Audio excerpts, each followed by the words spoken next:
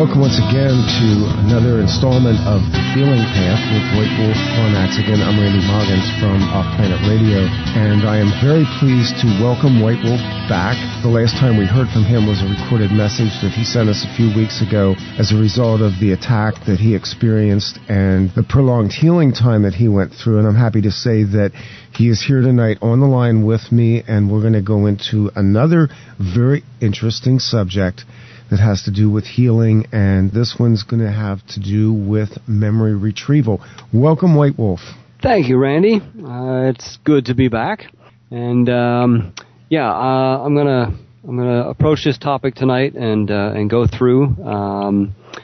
The listeners will have to forgive me a bit if they hear me clearing my throat a lot like that. I'm still trying to get a lot of garbage out of my system from the last month of downtime. So anyway, I want to welcome all the listeners back as well, and hopefully you have all been doing your work, your self-healing work, self-awareness work, making progress, staying safe, finding out truths as well as fictions about your lives, and being able to structure them in a way that puts a bit more clarity into your daily existence.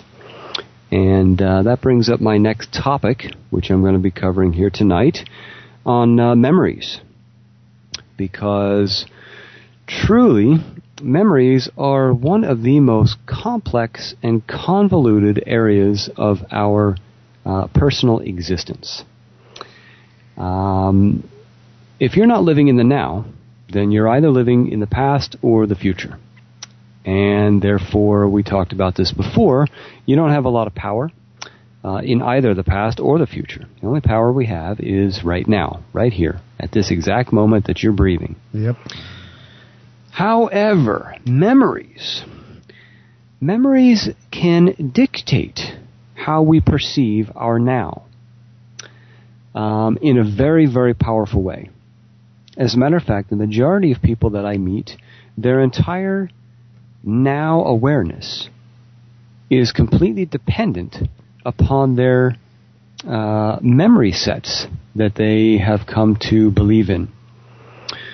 And the memory sets that we obtain in life are also a very heavy area that can lead to the majority of our stress and imbalances in our now time frame.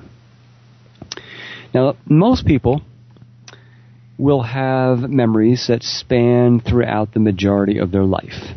However, if you have ever endured some type of extreme trauma, and it doesn't matter what the trauma was. Extreme trauma is extreme to you as an individual.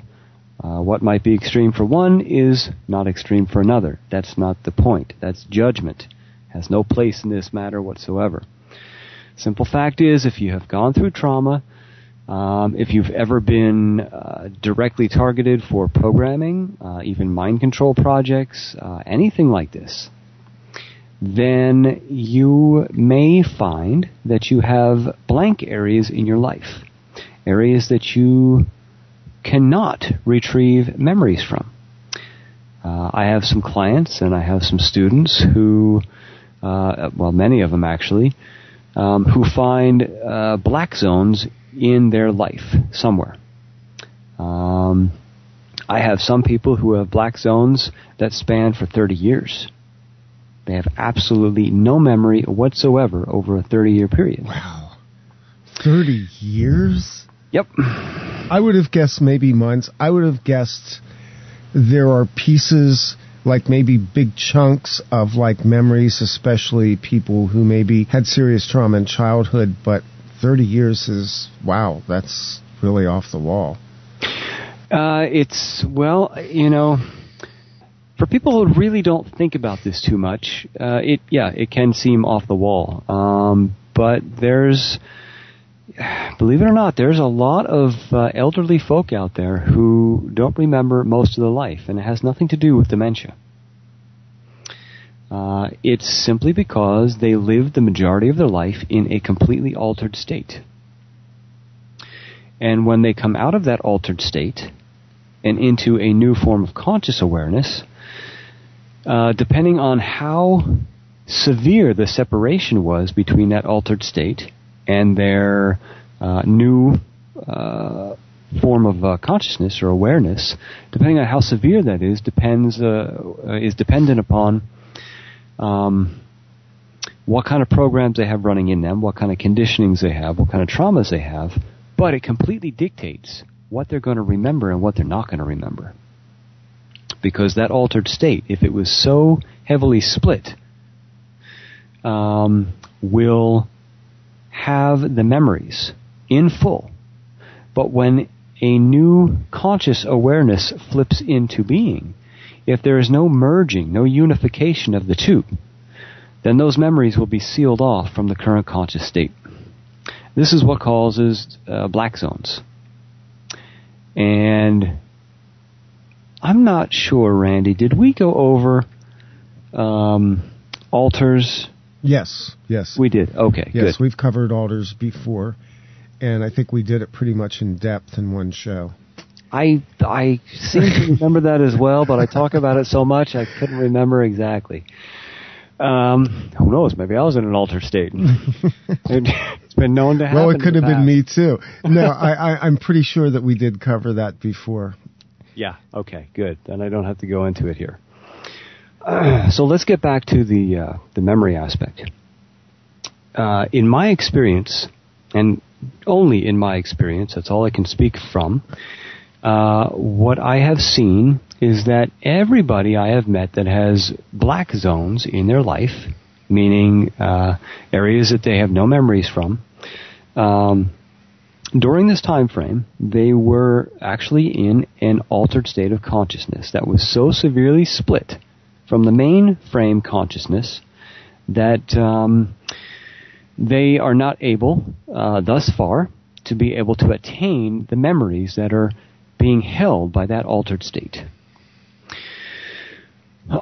Now, there's a lot of people I also have met and continue to meet and interact with who have memories that they believe to be theirs. However, once we start working together and they start going through techniques and they start going through the self-healing process, they find out that a large majority of those memories are false. They never happened. Now, this is a hard thing to swallow because I know people who have structured their entire current lives around memories of events that never occurred. And this is difficult when people come to realize that this might be their reality. And they start to do the work, and they may find that it is indeed their reality. That's a hard pill to swallow. Because now they have to question everything, all the way down to the very facet of who they are. Because I have met many people who thought they were somebody until they started to go through memory retrieval. And they started to do the techniques to find out if memories are real or false. And when they find out that a large majority of really potent memories are false, they have to question who they are. I have a question. Yep. In situations where you're finding false memories, are these memories that are screen memories, or are they memories that have been assumed to cover trauma itself? They can be both. They can also be another format as well. Screen memories are memories that are downloaded memories. These are memories that are actually downloaded through frequency, purposely, to cover up factual events that a handler, for instance, does not want the individual to remember.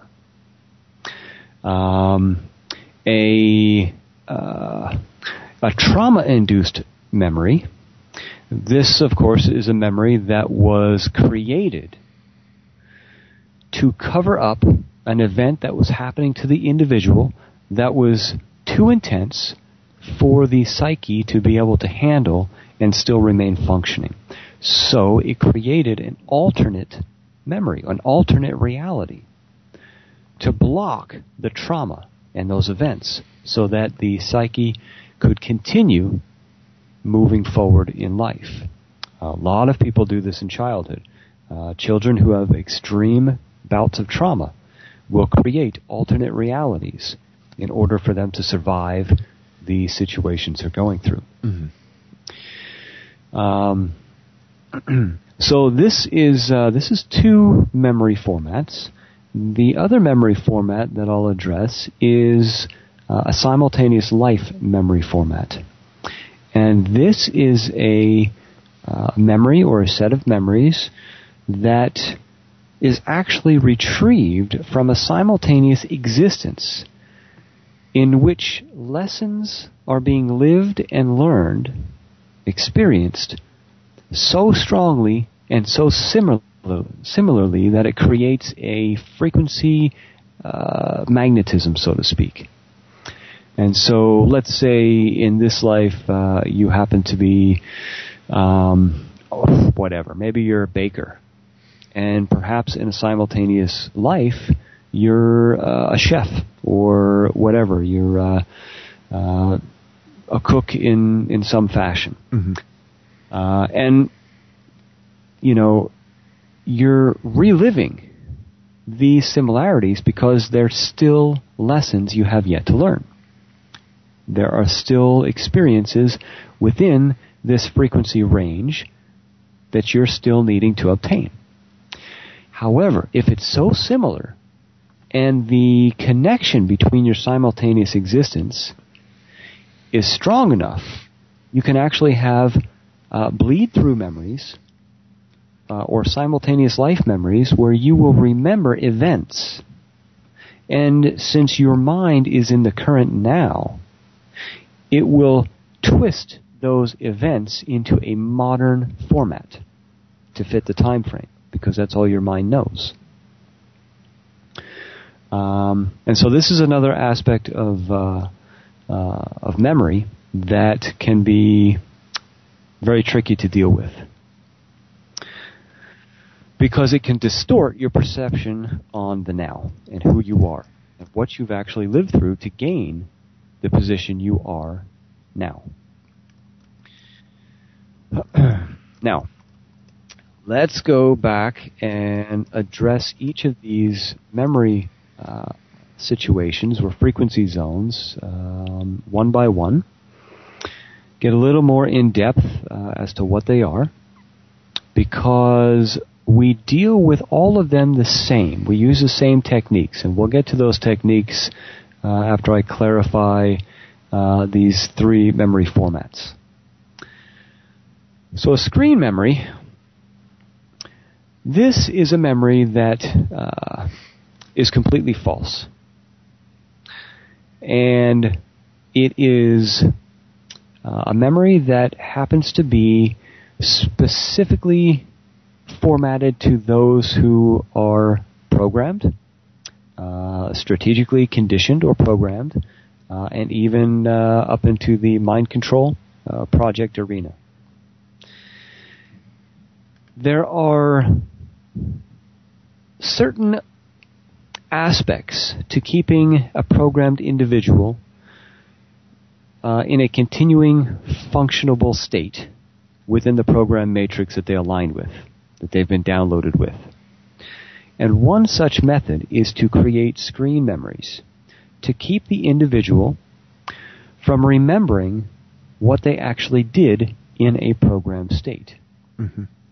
And perhaps even under mind control. Because programming and mind control are two different things. And so a memory is then, it's a window memory basically, or a screen memory. It's a flatline two-dimensional memory that is in a very locked format, so that it's downloaded into the mind And it's done so right in the boundary zone between an altered state and your conscious state. And right between the altered state and a conscious state is an energetic wall. It's an energetic block created by frequency and then held in place by the energy of your own mind.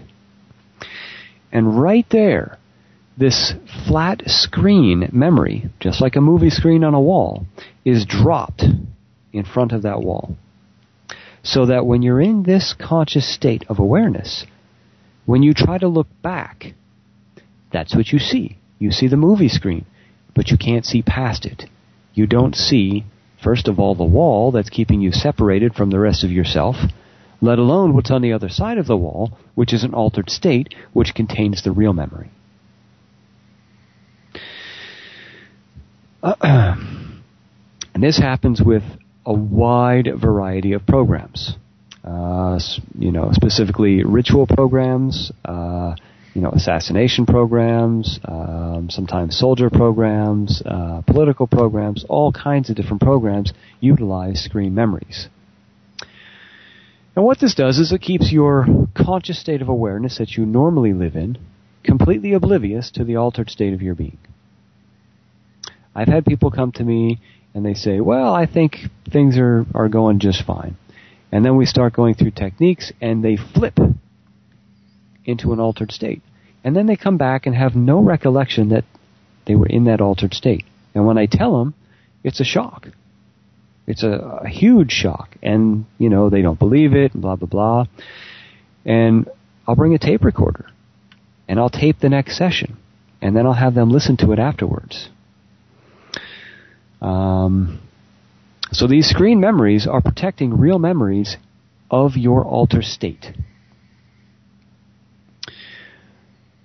Now, when we get into... Okay, now, why would they want to protect these memories from your altered state? Yeah, that was going to be my question. Thanks. Yeah, maybe I pulled that out of your head there. I don't know. But one reason that they want to protect the real memory is because it might contain highly sensitive information that they do not want getting out. They do not want running the risk of having leaked from your daily, regular, normal interactions with society. Another reason that they'll create a screen memory to protect real memories is because if you begin to get many years down the line in your program and you have all these memories, you're not going to be able to remain separated from that altered state, because the energy of your mind can only support that fragmentation within a certain frequency level. In other words, it can only exert a certain amount of energy to keep that wall up between your conscious state of awareness and your altered state of awareness. If you have too many memories, real memories, floating around in your head, you're not going to be able to separate between an altered state and a conscious state. So this is why programming seems to break down in people, and it's a pattern I've noticed. Generally, I'm seeing it in an age range after 40 years of age. Yes, it depends upon the health condition of the individual, really. Mm-hmm. And if you're seeing it around 40, well, that should tell you what the health issues are in the age blocks that run through the death program. Yeah. However, mine started to come through when I was in my early 30s because I had endured so much physical trauma that my body started to take the energy from my mind in order to heal. That left less energy in my mind to hold the energy blocks, and so I started having bleed-throughs. So it really depends upon the energy level of the individual and how much energy the body is requiring and how much the mind can hold as to when these things are going to break down. Another reason that they will want these memories completely blocked off. is because if they're blocked off and you cannot access them, then most people don't even realize, first of all, that programming exists. Second of all, that they're programmed themselves, that they're conditioned, that their life is not their own and it's being run by somebody else. And so you're not going to dig, you're not going to question, and there's much less risk of a breakdown. There's many more reasons, but those are just a few very common examples of why they want this division between real memories and screen memories. Because in the real memories lies keys on how to break free of control. This is why they're very important to try to get a hold of. And we'll get into that later on here. Well, trauma-induced memories, these are pretty simple. This has been fairly common knowledge for quite some time now. Many studies have been done on this. When a child's mind is going under severe trauma, the child's mind only has a certain amount of tools to work with, and they're very limited.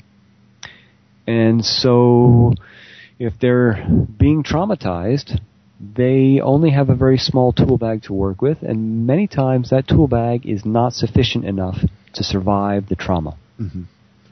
And so they create a split, a personality split in their mind. And they begin to fantasize, they start creating another reality to try to escape and survive the trauma that they are physically enduring at that time. These can be so powerful that they will become the child's reality memory for the rest of their life, if it's never questioned. And so, that's a very it's a very sensitive area to work with when you're dealing with memories, but it's also very important because those real memories can help you break free of the enslavement. Because the emotional status, the body memory that you may have developed from an extremely traumatic situation, believe it or not, they are running your life. They're still running your physical responses, your physical capacities, capabilities, your mental capacities to deal with emotional issues, stress issues, health issues, social issues, whatever. It doesn't matter. It could be anything. But those locked traumatic memories of reality are still dictating your life even if you do not consciously remember them.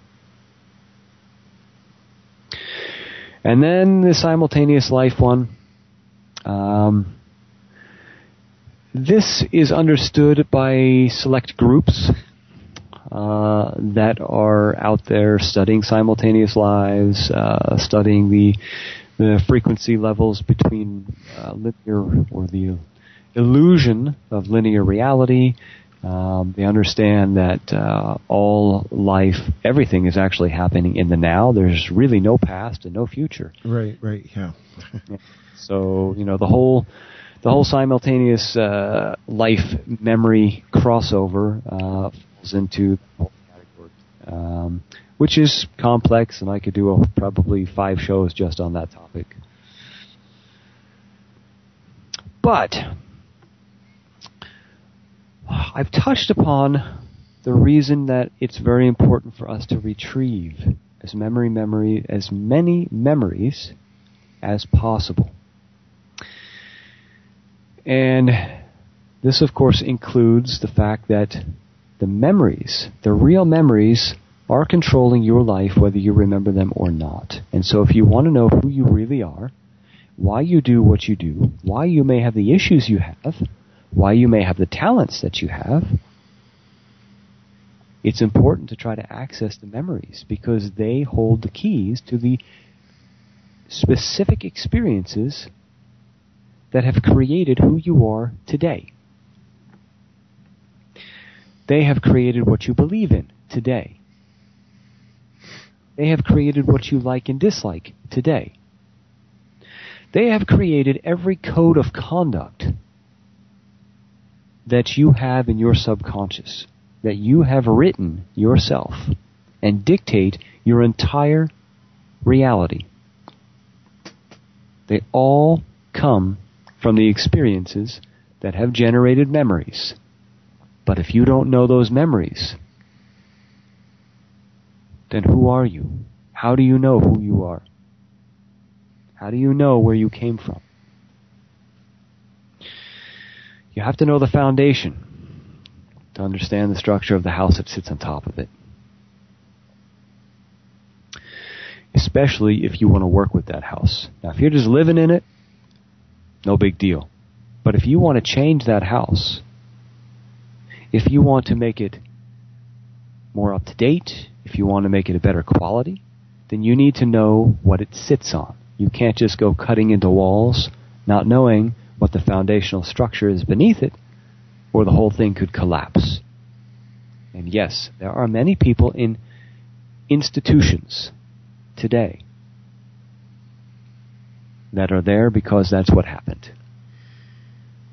They went into their mind with a sledgehammer and a chainsaw, and they started pounding and cutting away because they couldn't take it anymore, and they didn't have the techniques to go in and subtly move through it, safely move through it, and their mind broke. Are these people that are diagnosed commonly with things that they call schizophrenia or psychosis? Yes. Yes, indeed. And we've all heard the horror stories about how that's been treated, certainly since, well, in my experience, the 1960s when they were doing electric shock therapy, and later on when they went into pharmaceutical modalities, that a lot of people, I believe, and I've met a few people who I believed were trauma victims but were treated that way, and I've seen the results of that, and some of them are nearly lobotomized. Yeah, it's ridiculous how they... well, I'm not even going to go into that. No, I just, that's where I just wanted to draw that line, because I know there's people out there still that are reeling from what happened to them as a result of treatments that were mishandled. Yes, exactly. And, you know, the whole schizophrenia diagnosis, this also encompasses people who have been overly programmed. In other words, they have what's known as program overload. Mm-hmm. Too many programs have been downloaded or attempted to be downloaded into their mental matrix, and they couldn't take it, and they broke. Things shattered, and the pieces never came back together correctly.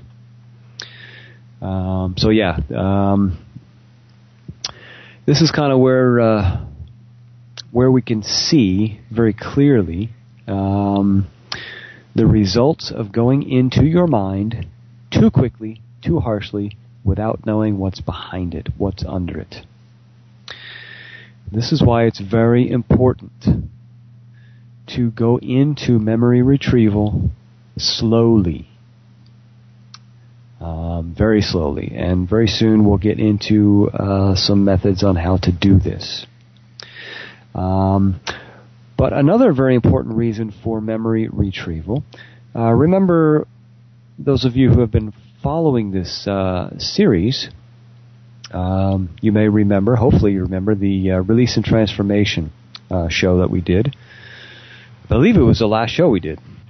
Yeah, I think so. I don't have the list in front of me right now. I did go back through and look, and it doesn't look like we covered alders in a particular show. I know we talked about it extensively, and it may have been in our first interview, but maybe at some point we can kind of go back and reprise that subject.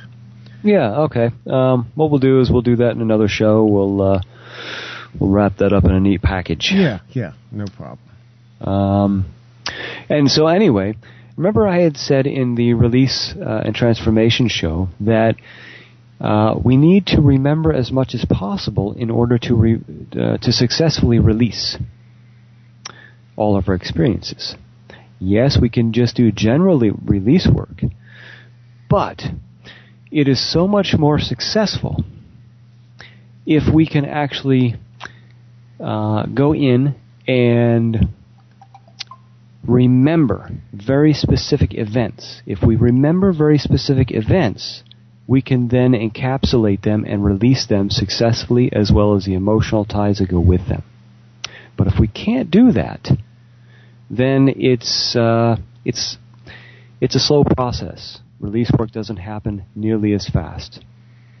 And so if we can retrieve these memories, we can release them successfully and free up energy fields inside us so that we can fill them with more beneficial aspects of life, higher qualities of life. Especially when we're dealing with memories. And at this point, we're not even dealing with, is it a real memory or a false memory? We're just trying to deal with what is there. Okay? Mm-hmm. And again, this is a layered process. So you may come to a number of false memories before you actually get to a real memory. And this is something that you kind of have to expect to happen. All right, it may not always happen, but you kind of have to expect that to happen so that it doesn't take you by surprise and you don't get frustrated. This is the process, and the false memories are going to be stacked on top of the real one.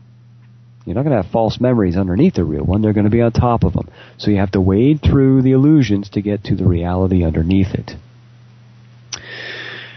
Now, one very simple method that you can start with on a nice, slow, methodical process is using the frequency of a color.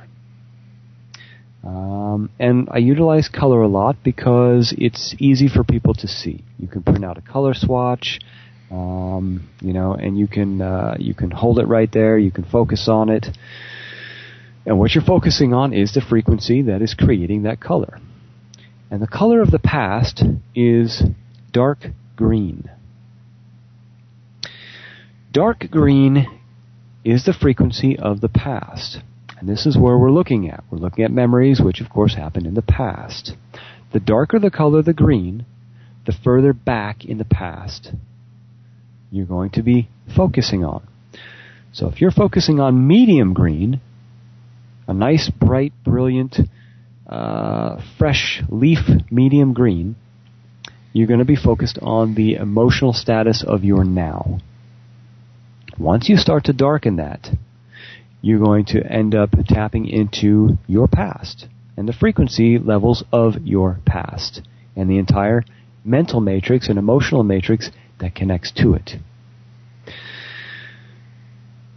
Now, you want to start off by putting your legs and feet in brown, and you're going to recognize these preliminaries. I'm just going to go over them again, but they have been in almost all of my past shows, and we have done meditations with them. And hopefully you've been doing this, so it's going to be in your memory banks, and you don't really have to listen to it step by step. You'll have done it enough. However, you put your legs and your feet and your hands in a nice earth brown. All right? Always want to ground yourself first. Always. People who don't ground themselves and they try to do a lot of this really high-level self-healing work, these are people who end up with what's known as Kundalini syndrome. Mm-hmm. That's why grounding is essential. This is why you have to ground before you even spin or work on your chakras. People who just work on their chakras without ever grounding first, they're prime candidates for that very all too common Kundalini syndrome that's out there. All right. Now, after you put yourself in brown, your feet, legs, and hands, then you want to go and you want to center your consciousness at the royal blue energy center, which is your 6th chakra, right between your eyes, which is my childhood teacher called it the doorway to spirit. Today it's called the pineal gland.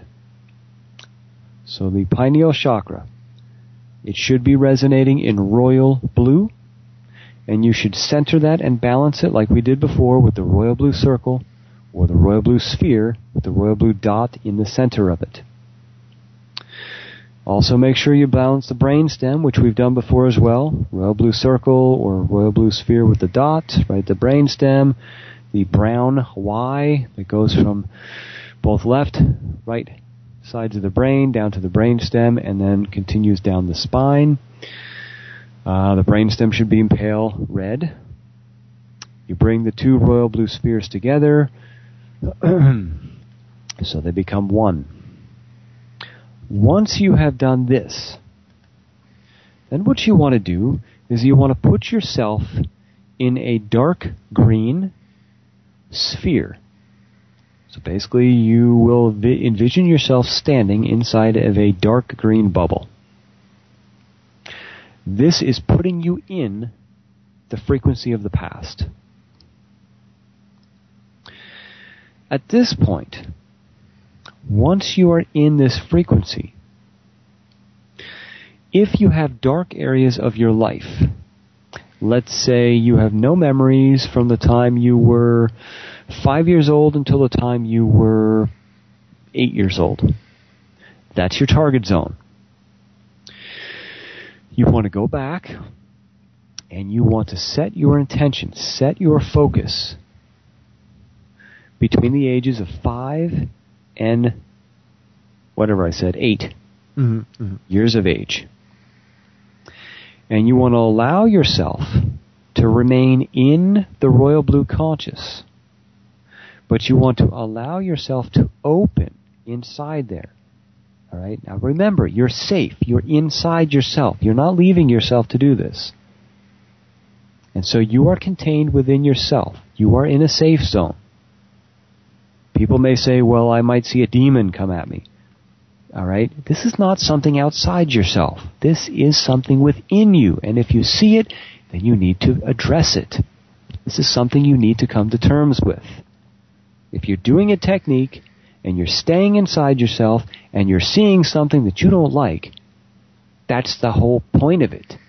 You want to find the dark areas. You want to find the stuff that needs to be resolved. And I can promise you that most of the time this is not going to be a pretty picture. So if you see something that disturbs you, that you don't like, go at it slowly, but understand that you are safe within yourself. This is a memory. This is the past. It only has control over you if you allow it to. This is not something outside you. You've got to keep that in the forefront of your brain. So when you're in the royal blue and you are surrounded by dark green and your target point is, in this example, between the ages of 5 and 8 years old, open your consciousness through breathing. Breathe in through the nose. Allow it to go down your spine to the base of the spine where it spirals briefly, returns up the spine, exhales through the mouth. That's what your focus is.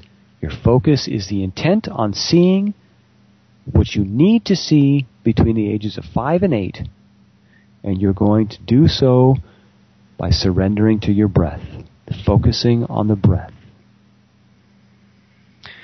Through the breath, see what comes up.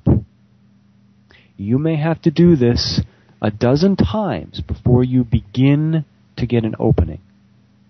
You may do this the first time and get a huge window of memories. Who's to know? Everybody is unique. Everybody's path and their mental matrix is unique unto themselves. And therefore the process will vary from person to person. Yes, we can do the same baseline frequency, the flat zone of the technique, but what becomes of the technique, how quickly, slowly, or dynamic it happens within the individual is completely determined by what is inside that individual. So, dark green, royal blue, open your consciousness to the royal blue, focus on breathing, set your intent on seeing what needs to be seen and resolved between the ages of 5 and 8 in this example, and sit with that for as long as feels comfortable. Right? Don't spend too much time at first. Just maybe spend 5 minutes. Now, if you're getting a lot of heavy stuff, right off the bat, don't spend 5 minutes. Okay? If you begin getting memories, what you want to do with that memory is now try to figure out if it's real or if it's false. An easy way to do this on a basic level, and that's what we're dealing with right now. We're working on a basic level. You've got to start with that, and you've got to work this basic level for quite some time before you move on to higher levels. A good friend of mine refers to this as an archaeological dig. If you go in there with a pickaxe, you're going to break everything that you're trying to find and preserve. You have to go in there with a brush. A brush and a broom. When you see something, if you see something, what you want to do is you want to contain that image. Do not participate in it. This is important. Remember, this is a memory. This is not your current reality, no matter how real it may feel at that time. You're tapping into a memory only. Now, to figure out if it is a real memory or a false memory, on a baseline level, we use another color frequency. The frequency of truth resonates in the color pale orange. Same frequency resonance as the second chakra of the body. You will encapsulate whatever you're seeing in pale orange.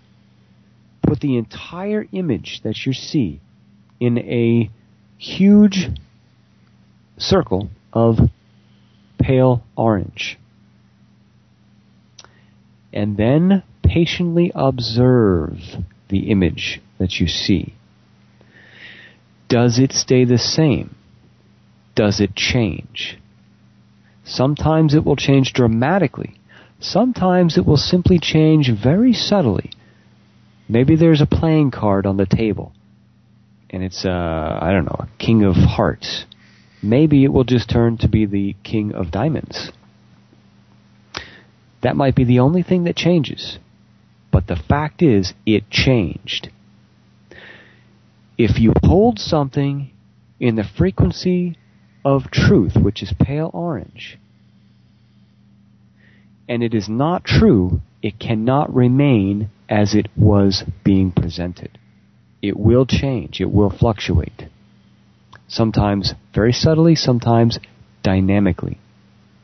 Even if you're looking at a scene, maybe you see yourself sitting on a tree swing under this giant maple tree with green grass, a nice sunny day, and you see yourself on that tree, on that swing, and you put that in pale orange.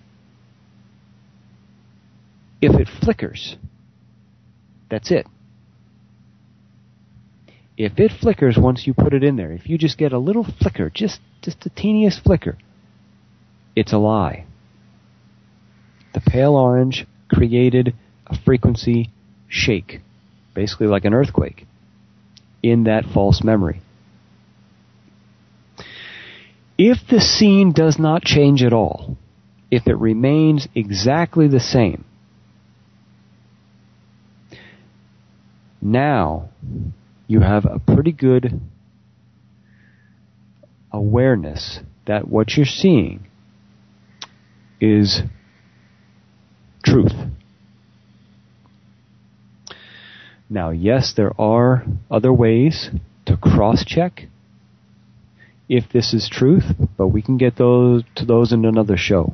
What I want to do this one here is just give you the basics. No matter if that scene is determined to be truth or false, you want to end it the same. You want to put that scene, including the emotions, inside of a violet sphere. So let's use that example. You're a child, you're on a tree swing, beautiful sunny day, green grass. It doesn't matter at this point if it flickered or if it didn't. If you've determined it's truth or if you've determined it's a lie. You want to put the entire thing in a violet sphere.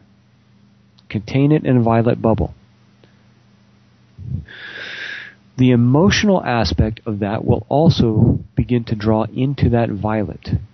So you will feel less and less from the imagery. Continue to darken that violet, or thicken, I should say, thicken that violet until the bubble becomes so thick, opaque, you cannot see the image inside it any longer. Once you get it to this phase, you release that violet sphere out the top of your head into the silver channel and ask that it be neutralized and transformed into pure knowledge. So basically you do the exact same thing that we did with the release and transformation technique.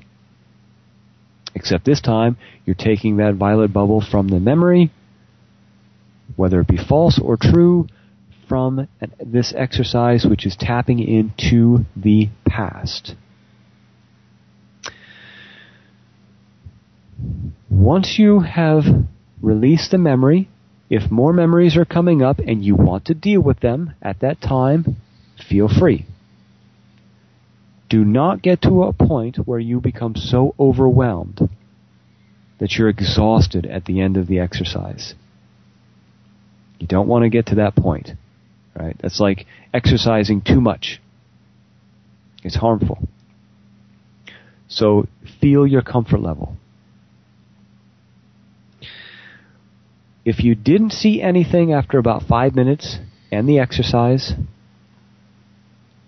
try again another day. Like I said, you may have to do it a dozen times before you actually start tapping in to that frequency area of your past.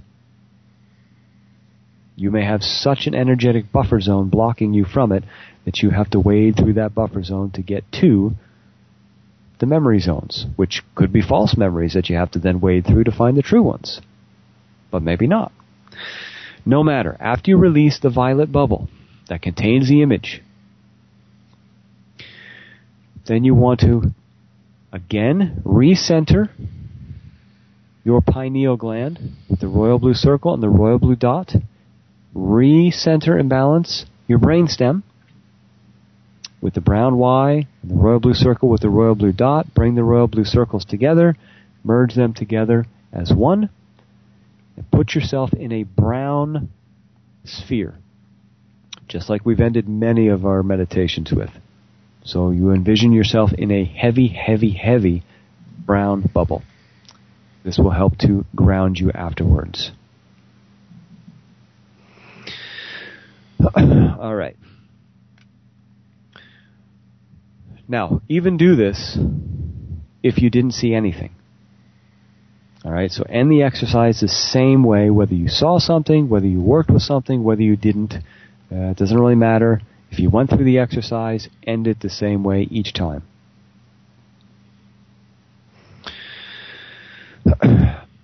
Afterwards, make a list of what you saw. Have a notebook for your memories. Write down, you don't even have to go into great detail with the memory if you don't want to. Just give it a title. Give it a name. See if you can tag a location, maybe an age, a season, whatever you could gain from that memory that seems pertinent. Write it down. Have 2 columns. One column will be truth. The other will be false.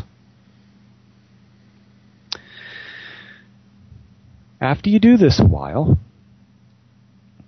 then you will have a really good notebook. You'll actually have a workbook right in front of you that you have created that can help you start dismantling the illusions and the blockades in your mind, keeping you from certain areas of your past. Now, whether that be a trauma-induced memory or whether that be a a screen memory. It doesn't really matter at this point.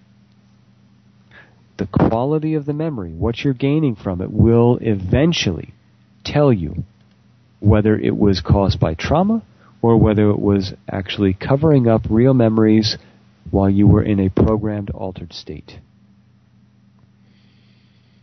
This is a process. It takes time. It takes dedication. You need to stick with it without overwhelming yourself. This is not something that's going to happen overnight, and it will not resolve itself overnight. These are memories that have taken years to acquire, and some of them have been buried for the better part of your life. Don't expect them to surface immediately and be resolved immediately. This is one method of a number of them that I use to retrieve memories from target areas of life, and then how to determine whether or not they are real memories or false memories. Once you have that notebook, like I said, you can start going through, you can weed through these memories, you can find out categories, you can put them into genres if you want to. You can also block them into age groups, and then look at what kind of genres were associated with which age groups of your life, and you can really start to see a jigsaw puzzle coming together.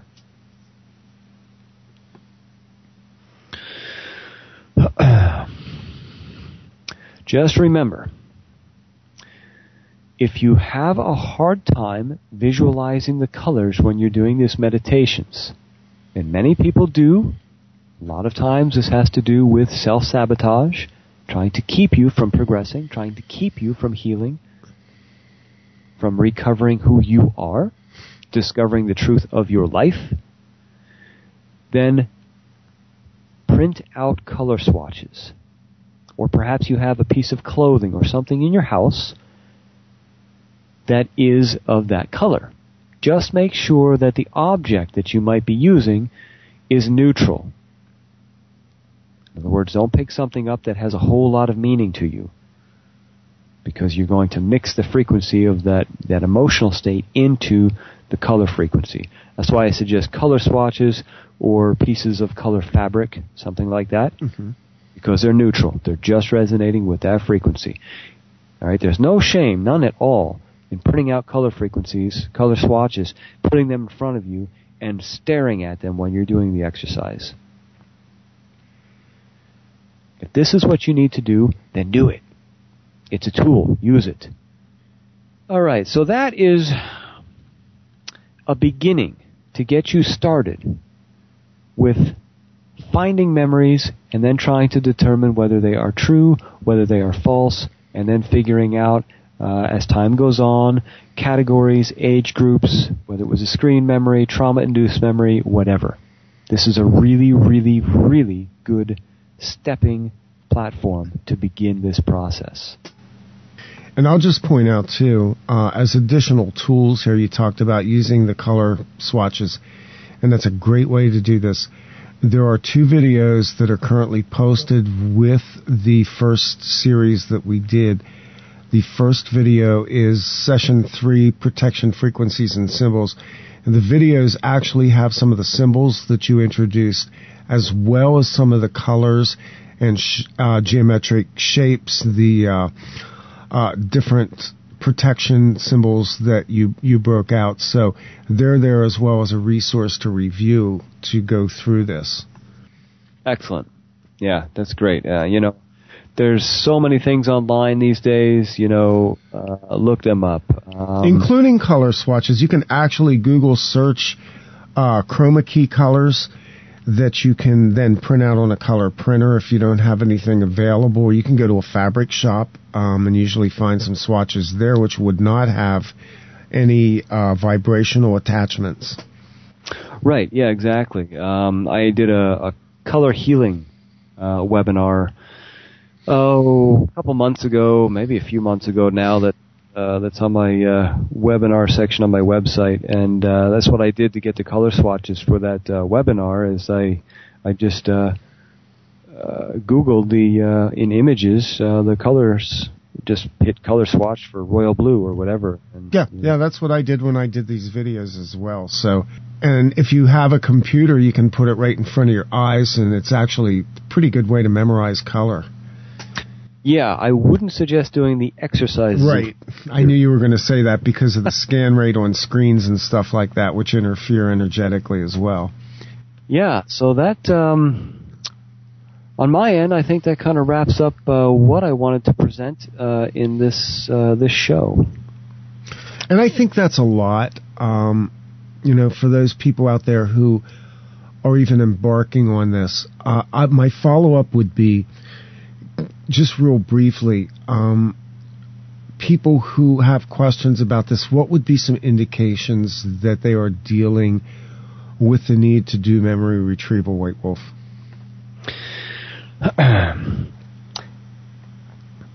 If there's emotional states in your daily life, if you react in ways that seem strange to you, if people react in ways that you people react to you in ways that you think is kind of odd, you really don't understand why they're reacting this way to you.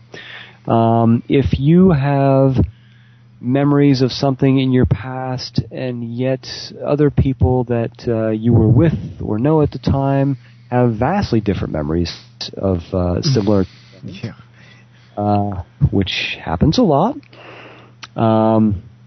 If you're having reoccurring dreams, very real dreams that seem to take place during a very select age time period of your life, and they're ongoing, they just keep on going,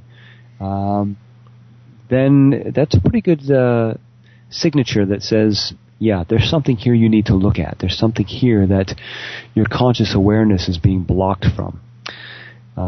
If you're going through your daily life and things just come out of you that really surprise you, sections of knowledge, maybe different words in a different language, anything like that, anything that just seems to be a little bit out of place. And obviously people who have areas of their life that are they're black. They have no memories from them whatsoever. Or if you do have memories and they seem flat, the memory is exactly the same every time it comes up. And you can actually go through the memory, word for word, emotion for emotion, without ever fluctuating. And yet at the exact same time, you don't actually remember doing it. You remember it like you read it in a book, not like you actually did it. This is a very, very strong pointer, you might say, to a screen memory. Okay? Screen memories have no depth. You will remember them word for word, emotion for emotion, detail for detail. Never changes. But the fact is, you don't actually remember ever doing it. It's like you read it in a book. So, any of these areas, any of these issues, any of these glitches that you see in your life, anything that you might question in your life about your past, try this memory retrieval exercise and see what comes up. Well, I think that was really a pretty big piece of information that you gave out in this session. Are we going to revisit this in another session, White Wolf? We will probably get into another layer of it down the line sometime, yes. Okay, good. But it won't be for a little while. There's a number of things I'd like to address before I get into another dynamic of this.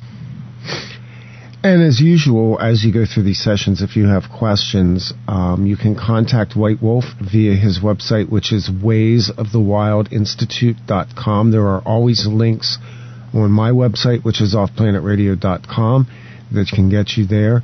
You can also contact me, and I'll be happy to refer you as well. Again, same thing, just to shoot an email from the websites if you have any questions about this, because this is some pretty steep stuff, and I know there are people out there that are grappling with this.